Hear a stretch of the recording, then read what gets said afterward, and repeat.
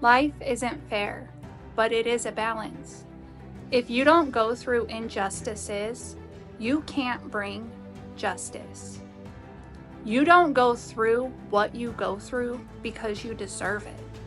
You go through it because of who it will develop you into. Your greatest power comes from your pain, because pain changes people. Pain will teach you boundaries. Pain will teach you how to take accountability. Pain will teach you self-respect. You can't walk in your soul's purpose and be a coward. You were given a hard path because God knew you could handle it. There are certain things you can't run from. You need to sit and feel it, or it will repeat until you do. You will never be enough for anybody else until you learn to be enough for yourself. It isn't fair that you were not given what you needed in childhood. It wasn't your fault, but it is your responsibility. That responsibility is your strength. Some shadows you weren't given the tools to face, because you're the first in your generation to face them. Blockages come with clear street signs, but no amount of signs will make you ready. Only your decision to stop betraying yourself. External betrayals are signposts. They lead you to where you're still betraying your own worth. You can't grow in your comfort zone. And if you won't move, God will move you. But it's not God hurting you. It's God allowing your own choices to show you how you're hurting yourself. Because He loves you too much to let you stay where you're still shrinking. Shift or be shifted. Self-accountability is one of God's top requirements. If you can't hold yourself, you're not ready for the next level. Your generosity and giving nature can blind you, so God will hang you upside down just to show you who's around you and why. You fall to your knees begging for change, and God hands you a mirror. And that mirror, it shatters your ego. It spins you into a dark night of the soul, and that's where the real shift begins. Anger is a human emotion. And when you're being mistreated, you have every right to be pissed off. Your anger is the part of you that knows mistreatment isn't okay. But if you do not find an outlet, it'll burn you instead of build you. Let your anger become your fuel. You need to mourn the version of yourself you never got to become. That's how you make space for who you're meant to be. Sometimes it's not what your ego wants. It's your soul's mission calling you forward. You can't be thin-skinned in your calling. You're going to have to face fear again and again until you realize that there is nothing to fear at all.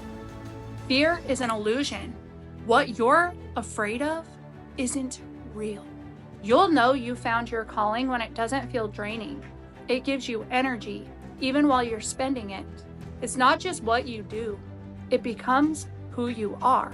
You'll stop trying so hard and realize the pressure was never needed. You were still moving forward. You just made it harder by forcing it. Fulfillment isn't force. Fulfillment is flow. But God will hide you in plain sight while you figure that out. He'll protect your soul's purpose until you are ready to carry it. The false self is a program built from everyone else's projections. But once you wake up to it, it becomes your job to rewrite it. The false self is a switch. When you're not choosing who you are, it's on. And you'll define yourself by other people's shadows. But when you become conscious of that switch, you'll flip it, and their projections stop sticking. Everything that you lose is not a loss. Sometimes it's just space being made for something greater.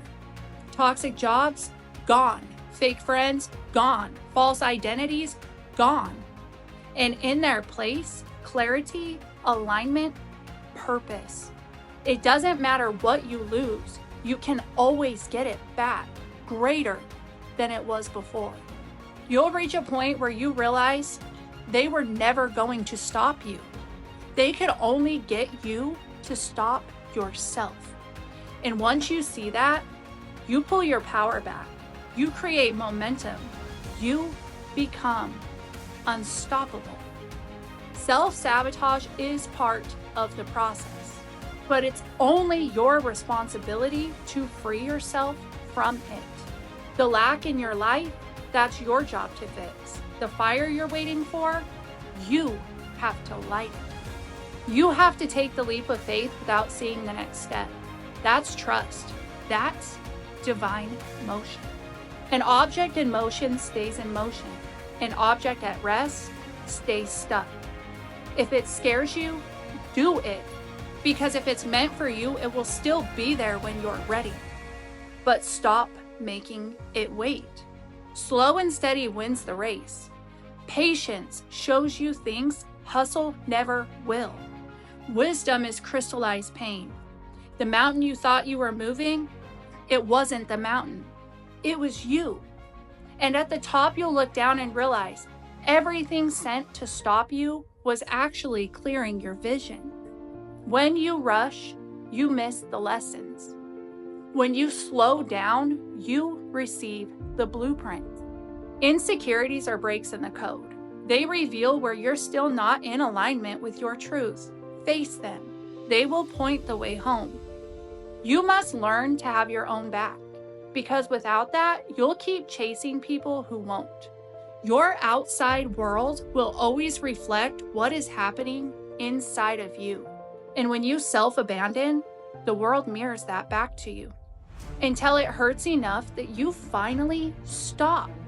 You cannot leave a legacy until you've passed your own tests. You can't skip steps. Your soul school has prerequisites.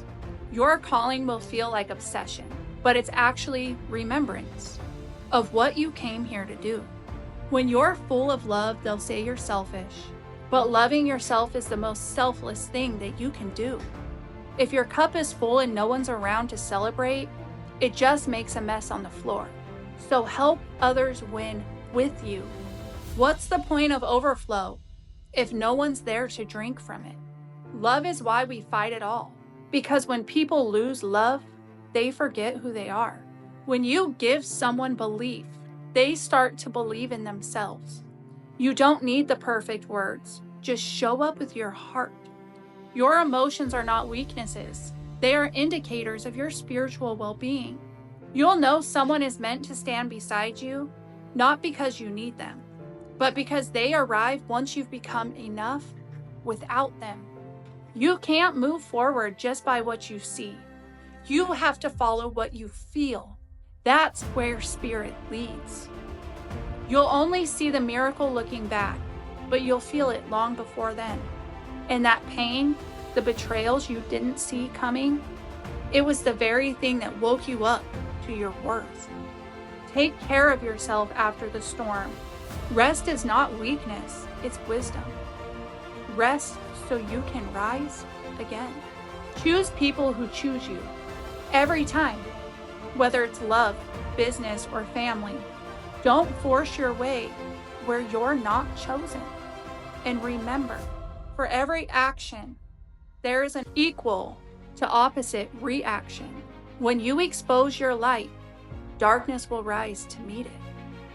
But light wins every time. They called me an underdog like it was an insult, like being underestimated was a curse. But what they didn't see was that every closed door was resistance training. Every doubt was fuel. Every time they looked past me, I was learning to look within. I didn't rise in spite of being the underdog. I rose because of it. Because when no one is betting on you, you learn to bet on yourself. And when the world gives you no seat at the table, you build your own, nail by nail, scar by scar. Being the underdog taught me how to fight without an audience, how to believe without proof, and how to rise without permission. I am not the exception. I am the example. And if you feel like the world is sleeping on you, good. Let it. While they rest, you rise.